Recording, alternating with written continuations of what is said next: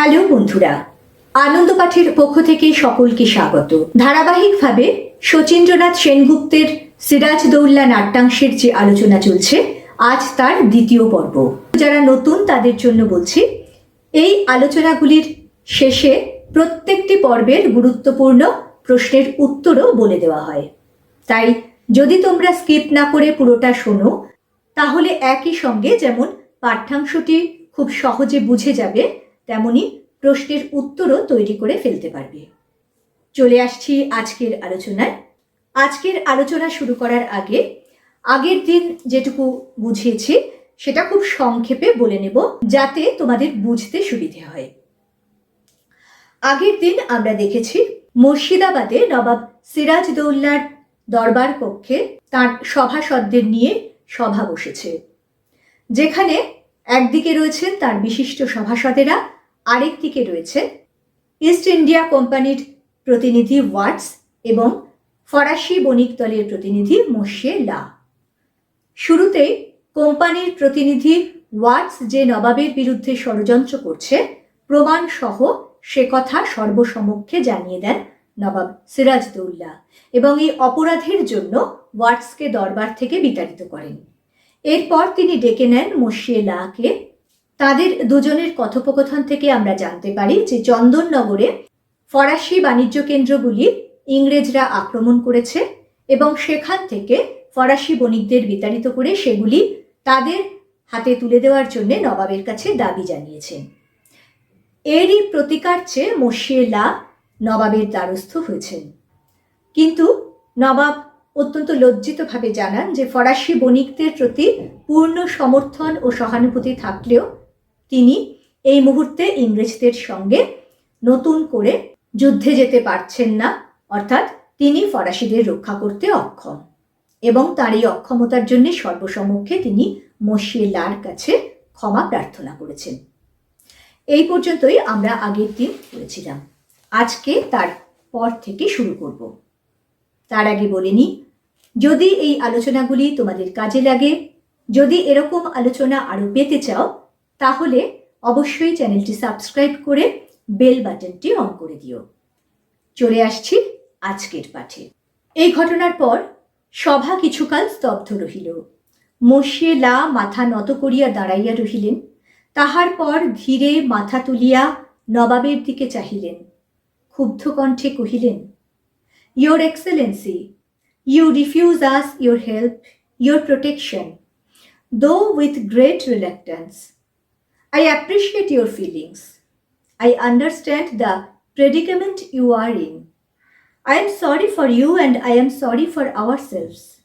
We have no other choice than to leave this land which we have learned to love.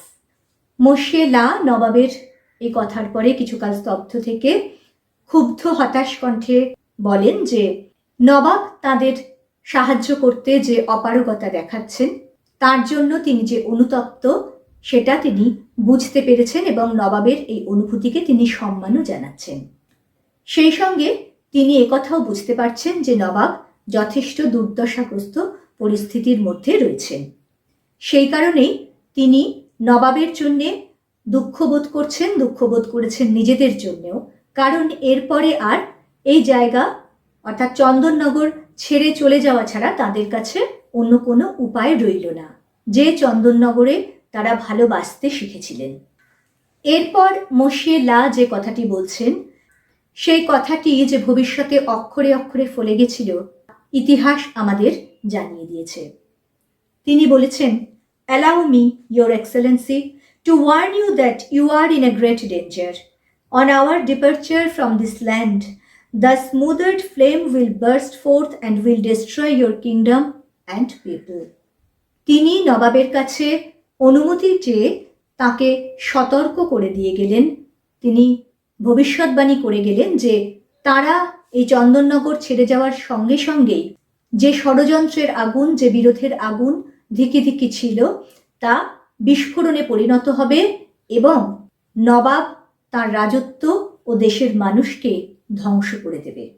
Siraj সিংহাসন হইতে নামিয়া আসিলেন।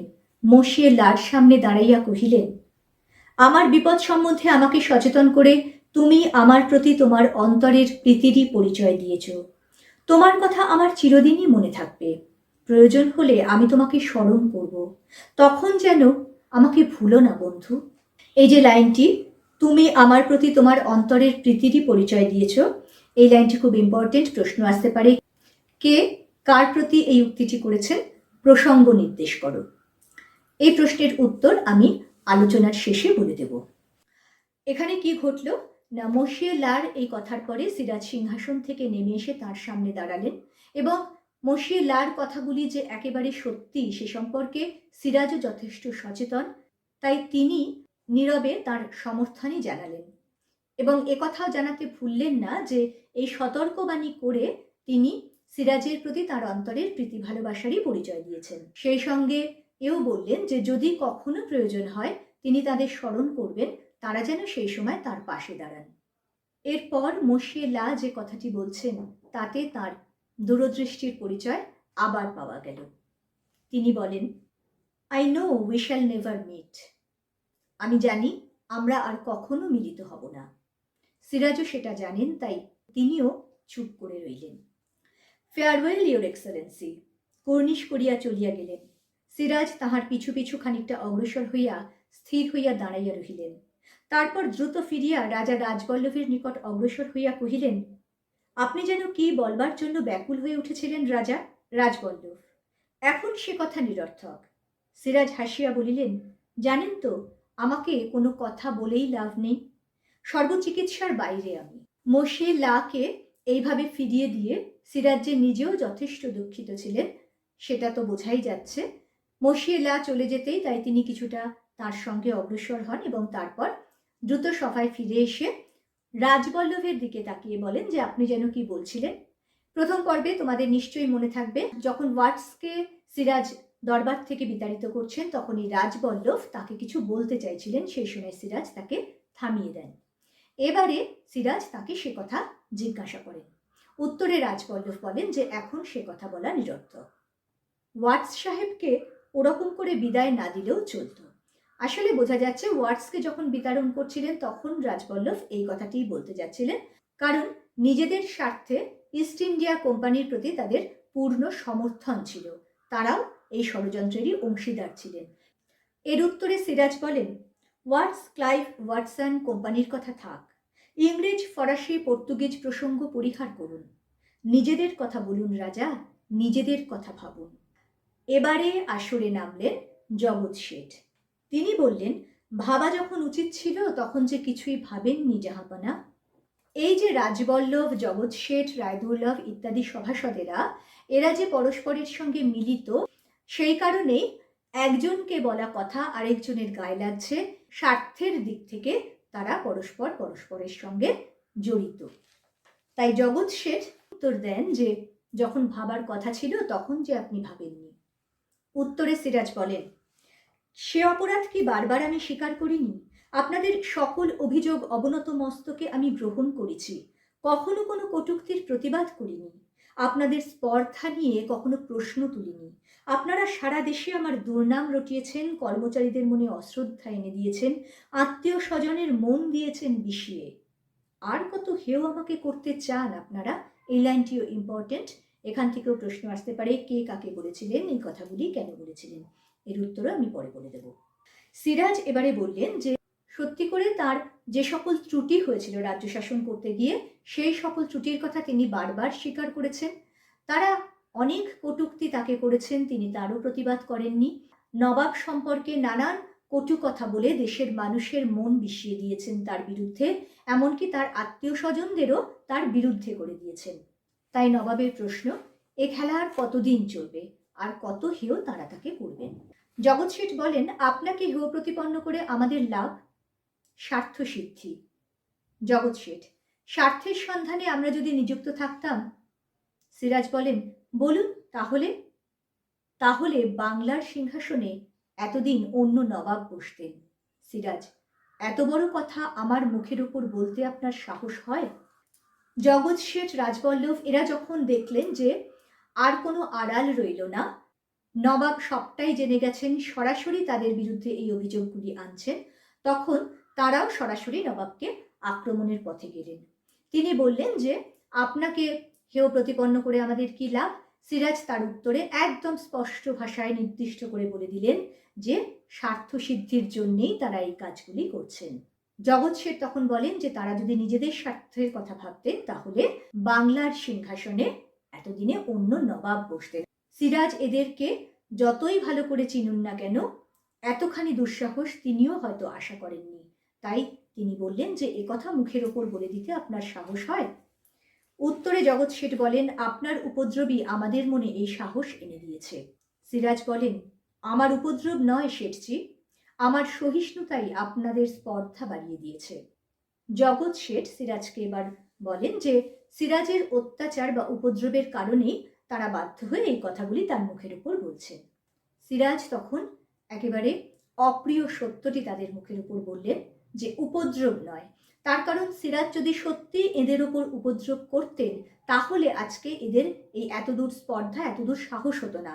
প্রথমেই সেই স্পর্ধা সিরাজ একেবারে পিষে দিতে পারতেন তিনি যদি সত্যিই অত্যাচার করতেন। তিনি তার বদলে কি করেছেন? তিনি তার বদলে অসীম সহ্য শক্তি দেখিয়েছেন, সেটাই সিরাজ এখানে জানিয়ে দিলেন। এইবারে মুখ খুললেন মীর জাফর। এই মীর জাফর ছিলেন সিরাজের সেনাপতি এবং তার ঘনিষ্ঠ আত্মীয়। আর একথা ঐতিহাসিকভাবে সত্য।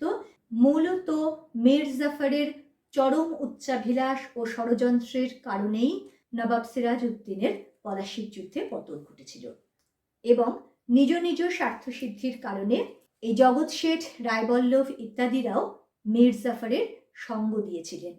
সেই কারণেই আজ যখন এই অভিযোগগুলি এদেরকে স্পষ্টভাবে নবাব করছেন, সেই অভিযোগ মীর জাফরেরও গায়ে লাগছে। তাই তিনি এবার মুখ খুলতে বাধ্য হচ্ছেন। তিনি বললেন, জাহাপানা, মানি লোকের মানহানি করে আপনি আমাদের সকলেরই অপমান করছেন। কারণ এই কথাগুলি যে সকলেরই উদ্দেশ্যে, সিরাজ যে সকলকেই চিনে গেছেন, সেটা আর তাদের বুঝতে অসুবিধে হচ্ছে না। সিরাজ এবার বলেন, সকলে মিলে আপনারাই কি আমার কম অপমান করেছেন? এই লাইনটিও ইম্পর্টেন্ট, এটি থেকেও প্রশ্ন আসবে, আমি বলে দেব সেটা। মান অপমান নিয়ে যখন কথা উঠল তখন সিরাজ পাল্টা তাকে বললেন যে তারাও তো তাকে কম অপমান এতদিন করেননি। রাজবল্লভ বলেন, আমরা কেউ মিথ্যা কলঙ্ক রটাইনি। দেখো, এখানে কিন্তু এরা নিজেদের কথার ফাঁদে নিজেরাই সবকিছু বলে দিচ্ছে। রাজবল্লভ এখানে পরোক্ষে স্বীকারই করে নিলেন তিনি বা তারা কলঙ্ক রটিয়েছে। যখন সেটা ধরা পড়ে গেছে তখন তিনি সাফাই গাইছেন যে সে কলঙ্কগুলো সব সত্যি ছিল, তাই তারা রটিয়েছেন, তারা কেউ মিথ্যে কলঙ্ক রটাননি। এমন ষড়যন্ত্রকারী সভাসদ যারা দেশের কথাও চিন্তা না করে বিদেশি শত্রুর সঙ্গে হাত মেলায়, তারা যখন সত্যের কথা বলে তখন সেটা বিদ্রূপের মতোই শোনায়। তাই তার জবাবও বিদ্রূপের সুরেই সিরাজ দিয়েছেন। রাজবল্লভকে এবার তিনি সম্বোধন করেছেন সত্যাশ্রয়ী রাজা বলে, অবশ্যই ব্যঙ্গার্থে। সত্যাশ্রয়ী কথার অর্থ যিনি সত্যের আশ্রয়ে থাকেন। সর্বৈব মিথ্যা এবং ষড়যন্ত্র যাদের অস্ত্র, তাদেরকে সত্যাশ্রয়ী বলে এইভাবে সিরাজ ব্যঙ্গ করে বলেন, বলুন, সিংহাসনে আরোহণ করবার পরে এই 1 বছরের মধ্যে কি অনাচার আমি করেছি? বলুন, কটা রাত আমি নিশ্চিন্তে কাটিয়েছি, কটা দিন আপনারা আমাকে বিশ্রামের অবসর দিয়েছেন? বলুন।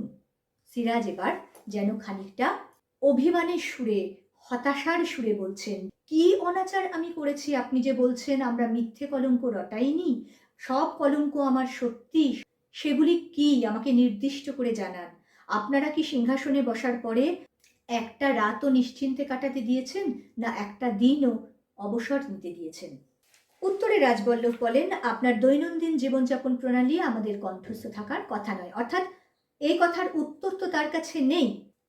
সেই জন্যেই তিনি যেন রাজাকে অবজ্ঞা করে বললেন যে আপনি প্রতিদিনকার জীবনে কি করছেন না করছেন সেটা আমাদের মনে থাকার বা আমাদের জানার কথা নয়। উত্তরে সিরাজ বললেন, অথচ কবে, কোথায়, কখন, কোন অনাচার আমি করেছি তা আপনারা নির্ভুল বলে দিতে পারেন।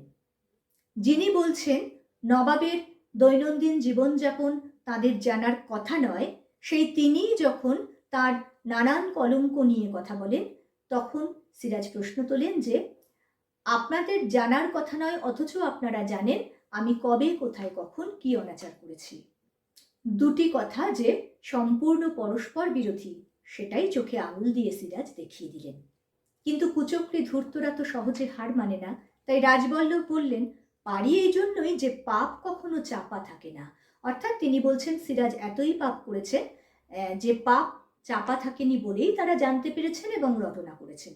সিরাজ এবার তারই কথা তাকে ফিরিয়ে দিয়ে প্রচ্ছন্ন হুমকির সুরে বললেন, পাপ যে চাপা থাকে না, হোসেন কুলি প্রাণ দিয়ে তা বুঝিয়ে গেছে। নিজের জীবন দিয়ে কি আবার তা বুঝতে চান? অর্থাৎ এই রাজবল্লভ, জগৎ শেঠ, মির্জাফর এদের পাপও যে সিরাজের কাছে চাপা নেই সেটাই তিনি বলে দিলেন, এবং তার শাস্তি যে কি হতে পারে সেটা হোসেন কুলির প্রাণদণ্ডের মধ্যে দিয়েই আগেই বোঝানো হয়ে গেছে। রাজবল্লভও নিজের পরিণতি তাই চান কিনা সিরাজ জানতে চাইছেন, অর্থাৎ পরোক্ষে তাকে হুমকিই দিচ্ছেন। সেই সঙ্গে শেঠজি জাফর আলী খাঁ এদের সম্বোধন করে বললেন, আপনাদের শ্রদ্ধেয় বন্ধুর মুখের দিকে একবার চেয়ে দেখুন। যে কথা রাজবল্লভের জন্য প্রযোজ্য এবং যে কথা শুনে রাজবল্লভ মাথা নিচু করতে বাধ্য হয়েছেন, সেই একই কথা, একই পরিণতি কিন্তু এদের পক্ষেও প্রযোজ্য। সেটাই বন্ধুর মুখের দিকে তাকিয়ে বুঝে নেওয়ার ইঙ্গিত দিলেন সিরাজ। মীর জাফর এবার ক্রোধে দিশাহারা হয়ে বললেন, এই তরবারি স্পর্শ করে আমি শপথ করছি জাহাপানা, আপনি যদি মানি লোকের এইরূপ অপমান করেন তাহলে আপনার সপক্ষে আর কখনো অস্ত্র ধারণ করব না। মীর জাফর নবাবের সেনাপতি বললেন যে তিনি যদি মানি লোকেদের এইরূপ অপমান করেন তাহলে তিনি আর কখনো নবাবের পক্ষে অস্ত্র ধারণ করবেন না। এতক্ষণ যাদের সঙ্গে কথোপকথন চলছিল তারা সকলেই সিরাজের বিরুদ্ধ পক্ষ, কিন্তু এই সভায় নবাবের অনুগত, নবাবের একান্ত বিশ্বস্ত রাজকর্মচারীরাও রয়েছেন। তারাই এবার আসরে নামলেন। তাদের মধ্যে প্রথম মোহনলাল বললেন, আজ পর্যন্ত কদিন তা ধারণ করেছেন সিপাহসালার? এই যে মির্জাফর তেজ দেখিয়ে বললেন তিনি আর কখনো অস্ত্র ধারণ করবেন না নবাবের হয়ে, সেটা যে একেবারেই ফাঁকা আওয়াজ, মিথ্যে বুলি, সেটাই মোহনলাল তাকে সরাসরি জানিয়ে দিলেন, কারণ কোনোদিনই তিনি নবাবের হয়ে অস্ত্র ধারণ করেননি। মির্জাফর বললেন, পূর্ণিয়ার যুদ্ধে অপদার্থ শওকতকে হত্যা করে বুঝি এই স্পর্ধা তোমার হয়েছে মোহনলাল? অর্থাৎ পূর্ণিয়ার যুদ্ধে অপদার্থ শওকতকে যে মোহনলাল হত্যা করেছিলেন, মির্জাফর ভাবছেন সেই অহংকারেই এতখানি স্পর্ধা হয়েছে মোহনলালের যে তিনি সেনাপতিকে এইভাবে কথা বলার সাহস দেখাচ্ছেন। এবারে মীর মদন কথা বললেন। তিনি বললেন, কোনো যুদ্ধে কৃতিত্ব না দেখিয়েও আমি জিজ্ঞাসা করছি, কলকাতা জয় থেকে শুরু করে পূর্ণিয়া বিজয় পর্যন্ত কবে সিপাহসালার নবাবকে সাহায্য করেছেন? আর কোনো রাগঢাক নয়, মীর মদন একেবারে পরিষ্কার করে বলে দিলেন যে ইতিপূর্বে যে যুদ্ধগুলিতে নবাব জয়লাভ করেছেন, সেই কলকাতা জয় এবং পূর্ণিয়ার জয় মীর জাফর যে কোনো সাহায্য নবাবকে করেননি সেনাপতি হয়েও, সে কথাই একেবারে স্পষ্ট করে তার মুখের উপর মীর মদন জানিয়ে দিলেন। মীর জাফর রাগে অগ্নিশর্মা হয়ে বললেন, জাহাপানা, নিচের এই স্পর্ধা, অর্থাৎ এতখানি স্পর্ধা দেখাচ্ছে নিজ পদস্থ কর্মচারীরা? উত্তর দিলেন মোহনলাল, নিজ পদস্থ কর্মচারীদের উচ্চপদস্থ কর্মচারীদের কাজের সমালোচনা করা উচিত নয়, এ কথা যেমন আপনাদের সবসময় মনে থাকে, তেমন এ কথাও মনে রাখা কি উচিত নয় যে নবাবের কাজের সমালোচনাও সবসময় শোভন নয়? মোহনলাল বললেন, অধস্তন কর্মচারীদের যেমন উচ্চপদস্থ কর্মচারীদের সমালোচনা করা উচিত নয়, তেমনি এইসব সভাসদেরও তো তাহলে মনে রাখা উচিত যে নবাবের সমালোচনা করাও শোভন নয়, কারণ নবাব তো সবার উপরে। যদি সিপাহা সালারের সমালোচনা করা নিজ পদস্থ কর্মচারীদের কাছে অন্যায় হয়, তাহলে এই সব সভাসদদের নবাবের সঙ্গে এই আচরণ করাটাও সমান অশোভন এবং অন্যায়। এরপর মীর মদন বললেন, এ রাজ্যের সকল প্রধান প্রধান সেনাপতি, আমির ওমরাহ, রইস রাজা মনে করেছেন নবাব একেবারে অসহায়, সিংহাসন রক্ষা তো নয়ই, আত্মরক্ষার শক্তিও তাঁর নেই। আমরা নবাবের নিমক বৃথাই খাই না, একথা তাদের মনে রাখা উচিত।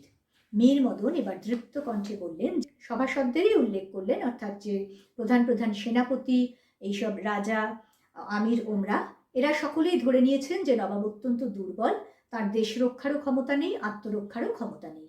কিন্তু সকলেই যে নবাবের বিরুদ্ধে নয়, সকলেই যে অকৃতজ্ঞ নয়, সেটাই তিনি মুক্ত কণ্ঠে ঘোষণা করলেন যে তার মতন কিছু কর্মচারী রয়েছেন যারা নবাবের নিমক বৃথাই খান না। নিমক অর্থাৎ নুন। তারা তো নবাবের বেতনভোগ কর্মচারী, তাই তারা নবাবের নুন খেয়েছেন, যে নুন বৃথা যেতে তারা দেবেন না। মীর জাফর বললেন, এইসব অর্বাচীনকে দিয়েই যখন নবাবের কাজ চলবে, তখন চলুন রাজা রাজবল্লভ, চলুন শেঠজি, চলুন দুর্লভ রায়, এই দরবার আমরা ত্যাগ করি। নবাব থাকুন তার কর্মক্ষণ শক্তিমান পরম বিচক্ষণ মন্ত্রী আর সেনাপতিদের নিয়ে। গোলাম হোসেন, মোহনলাল আর মীর মদন যখন রয়েছে, তখন আর ভাবনা কি, চলুন। রাজবল্লভ, জগৎ শেঠ, দুর্লভ রায়রা প্রস্থানের উদ্যোগ করলেন। মীর জাফর যখন দেখলেন নবাব এবং তার বিশ্বস্ত কর্মচারীরা তাদের বিরুদ্ধে একেবারে সরাসরি ষড়যন্ত্রের অভিযোগ এনেছে এবং যেটা সত্যি বলে এই নিয়ে তাদের আর বেশি কিছু বলার নেই, এই মুহূর্তে পালিয়ে যাওয়াই বুদ্ধিমানের কাজ, তাই তিনি তার অনুগত রাজবল্লভ, জগৎ শেঠ ইত্যাদিদের নিয়ে সভা থেকে চলে যাওয়ার প্রস্তুতি নিলেন। আজকের পাঠ এই পর্যন্তই। এবারে আমি এই অংশটুকু থেকে যে গুরুত্বপূর্ণ প্রশ্নগুলি বলেছিলাম তার উত্তর বলে দিচ্ছি। প্রথমে বলেছিলাম, তুমি আমার প্রতি তোমার অন্তরের প্রীতিরই পরিচয় দিয়েছ। কে কাকে এই কথা বলেছিলেন, কোন প্রসঙ্গে বলেছিলেন? এই কথাটি বলেছিলেন বাংলার শেষ স্বাধীন নবাব সিরাজউদ্দৌলা। প্রসঙ্গ, ফরাসি বণিকদের অন্যতম গুরুত্বপূর্ণ বাণিজ্য কেন্দ্র চন্দননগর ইংরেজরা আক্রমণ করে এবং ফরাসিদের তাদের বাণিজ্য কুঠি থেকে বিতাড়িত করতে উদ্যোগ নেয়।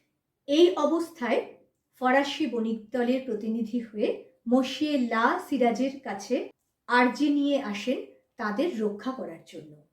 কিন্তু ফরাসি বণিকদের প্রতি পূর্ণ সমর্থন এবং সহানুভূতি থাকলেও সিরাজ তাদের যে রক্ষা করতে অক্ষম সে কথা বিনীতভাবে জানিয়ে দেন। মসিয়ে লা নবাবের প্রতি সম্পূর্ণ শ্রদ্ধা ও প্রীতির সঙ্গে তাকে সতর্ক করে দেন যে নবাব অত্যন্ত বিপজ্জনক অবস্থার মধ্যে রয়েছেন এবং ফরাসিরা চন্দননগর ছেড়ে চলে যাওয়ার পরেই ইংরেজরা তাকে এবং তার রাজত্বকে একেবারে ধ্বংস করে দেবে। তার এই কথার উত্তর দেবার সময় বা এই প্রসঙ্গে নবাব সিরাজউদ্দৌলা এই কথাগুলি বলেছিলেন। দ্বিতীয় প্রশ্ন, আর কত হেয় আমাকে করতে চান আপনারা? অথবা পরের পাতায় দেখো এই লাইনটি, সকলে মিলে আপনারাই কি আমার কম অপমান করেছেন? এই দুটি লাইনের যে কোনো একটি লাইন তুলে দিয়ে একই ধরনের প্রশ্ন আসতে পারে। কে কাদের উদ্দেশ্যে এই কথাগুলি বলেছিলেন, কেন বলেছিলেন? প্রথম উত্তরটি হবে যথারীতি বাংলার শেষ স্বাধীন নবাব সিরাজউদ্দৌলা এই কথাগুলি বলেছিলেন। তিনি এই কথাগুলি বলেছিলেন তার গুরুত্বপূর্ণ সভাসদ জগৎ শেঠ, রায়বল্লভ, দুর্লভ রায়, মীর জাফর প্রমুখদের উদ্দেশ্য করে। কেন বলেছিলেন? নবাব সিরাজউদ্দৌলা সিংহাসনে বসার পর থেকেই ব্যক্তিগত স্বার্থ সিদ্ধির জন্য এই সকল সভাসদেরা ইস্ট ইন্ডিয়া কোম্পানির সঙ্গে ষড়যন্ত্র করে নবাবের সম্পর্কে প্রথম থেকেই নানান কলঙ্ক রটিয়েছিলেন, দেশের মানুষের সামনে তার ভাবমূর্তি নষ্ট করেছিলেন, এমনকি আত্মীয় স্বজনদের মনও নবাবের প্রতি বিষিয়ে তুলেছিলেন। শুধু তাই নয়, বিভিন্ন সময়ে বিভিন্ন ক্ষেত্রে নবাবকে অপমান করতেও তারা ছাড়েননি। এই সব কারণেই নবাব সিরাজউদ্দৌলা তাদেরকে এই কথাগুলি বলতে বাধ্য হয়েছিলেন। তৃতীয় এবং শেষ প্রশ্ন, এ কথাও মনে রাখা কি উচিত নয় যে নবাবের কাজের সমালোচনাও সবসময় শোভন নয়? এই কথাগুলি কে বলেছিলেন, কোন প্রসঙ্গে বলেছিলেন, এর মধ্যে দিয়ে বক্তার চরিত্রের কোন বৈশিষ্ট্য ফুটে উঠেছে, আলোচনা করো। এই কথাগুলি বলেছিলেন নবাবের একান্ত বিশ্বস্ত সৈনিক মোহনলাল। তিনি এই কথাটি বলেছিলেন সেনাপতি মীর জাফরকে। যদিও এই কথাগুলি অন্যান্য ষড়যন্ত্রকারী কুচক্রী যেমন জগৎ শেঠ, রাজবল্লভ, দুর্লভ রায় প্রত্যেকের ক্ষেত্রেই প্রযোজ্য ছিল। এর মধ্যে দিয়ে নবাবের বিশ্বস্ত সৈনিক মোহনলালের সৎ সাহস এবং চারিত্রিক দৃঢ়তার পরিচয় পাওয়া যায়। যে সৎ সাহস এবং দৃঢ় ব্যক্তিত্বের কারণে তিনি সেনাপতি মীর জাফরের অন্যায়ের বিরুদ্ধেও এমনভাবে রুখে দাঁড়াতে পেরেছিলেন। বন্ধুরা, আশা করি এই আলোচনা এবং প্রশ্নোত্তরের মধ্যে দিয়ে তোমাদের পরীক্ষার প্রস্তুতি নিতে কিছুটা সাহায্য হবে। পরের পর্ব নিয়ে খুব তাড়াতাড়ি ফিরে আসছি। আজকের মতো টাটা।